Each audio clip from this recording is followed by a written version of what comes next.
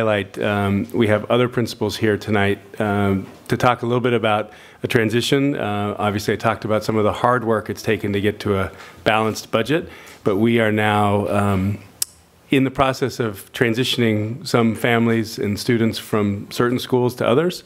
And in this case, folks who are primarily receiving the Lazier students are here tonight. And Denise, if you would, just come forward and some of the principals come with you, and maybe one person could talk about the process and what we're doing to receive those students. Thank you. Certainly. Good evening, Superintendent Smith and board members, staff, and community. I'm pleased to bring some principals from our receiving schools that are supporting Lazier this evening. And I just want to start off very, very briefly letting you know that our most recent work has been to take families from the closing schools to visit receiving schools. And so tonight I want to highlight the schools that we visited for Lazier. And I'm going to not take all the time. I want to have Ruben, who's the principal, Ruben Oliveras, who's the principal at Think College Now, to introduce his colleagues. And they're going to just share very briefly their experience and what they've been working on in terms of receiving the new families.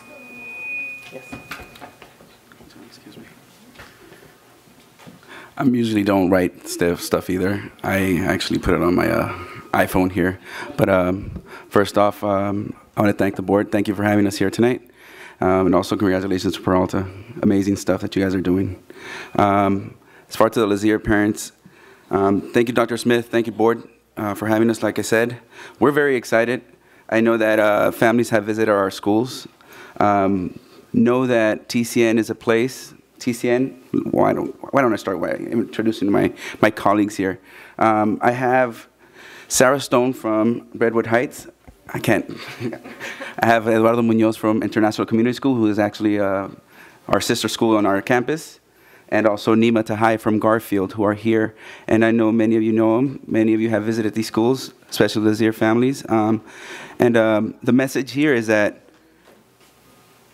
we are more than open. Our doors are open to you. Want you to know that that as a school closes, our doors are open to you. And wanted you to know that whenever you need anything, you can count on me as a principal, on Sarah, on Eduardo, and Nima. I know this process has been long and arduous, but my whole message to you after speaking to my staff last week was about, we're receiving families and the importance of letting you know that we are excited, the families are excited, and our teachers are ready for your students. Now let me say that in Spanish. Can I say it in Spanish? A las familias de Lazier, quiero dejarles saber que estamos súper emocionados. A las familias que han visitado, igualmente creo que unos directores han ido a la escuela Lazier para darles la bienvenida. Una de las cosas que estamos súper emocionados es de que las familias de Think College Now, ICS, Redwood Heights, igualmente de Garfield, están súper emocionadas de atraer a estos nuevos estudiantes que vienen a nuestras escuelas, y les damos la más sincera bienvenida porque ustedes, los estudiantes, son la prioridad aquí, y quiero que sepan que aunque se cierren las puertas de una escuela, las puertas de nuestra escuela están abiertas. Okay? Thank you so much. Thank you very much.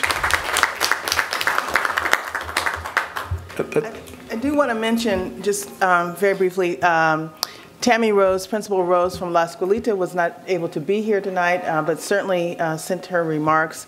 She had a meeting, we had a meeting at Lazier Monday evening where we met with a majority of the parents who will be going to La Escuelita. They actually saw a video of a virtual tour of the new campus, and they actually had a chance to see Director Gallo at the groundbreaking. It was on video it was actually a year ago in April that we broke ground. And if you just look across the street and see how the school has developed, it was very, very well received. So Principal Rose was there. The after-school coordinator, Marisela De Ande, was also there as well to talk directly with families. And I think they're very excited about actions that we're taking and some arrangements that we've made regarding transportation between Lazier and La Escuelita. So I just want to mention, just because she's not here, that certainly that work has been done. Thank you.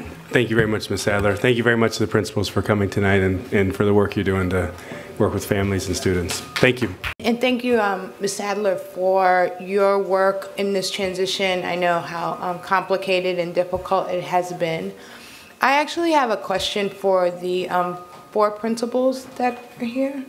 One of the most heart-wrenching pieces, I think, of this process of restructuring schools was so much of the focus on the negative side of closing down a school and kind of shaking up a community in so many ways. It's beyond what the test scores are inside that school, but often what is the culture of that community? What does it feel like what will it feel like not to have children walking down the street, walking into Santa Fe? And what is the impact on neighbors? And that's difficult for us to mediate in a lot of ways.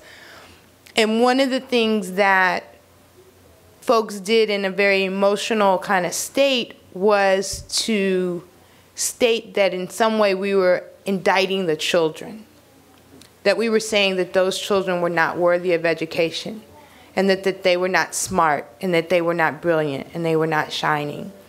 And so I hear you as an institution speaking to welcoming families, but I'm wondering if you could, in this, and if you haven't, that's fine, but I would encourage you to think about who are the children of Lazeer? What resiliency do they have? Who are their parents?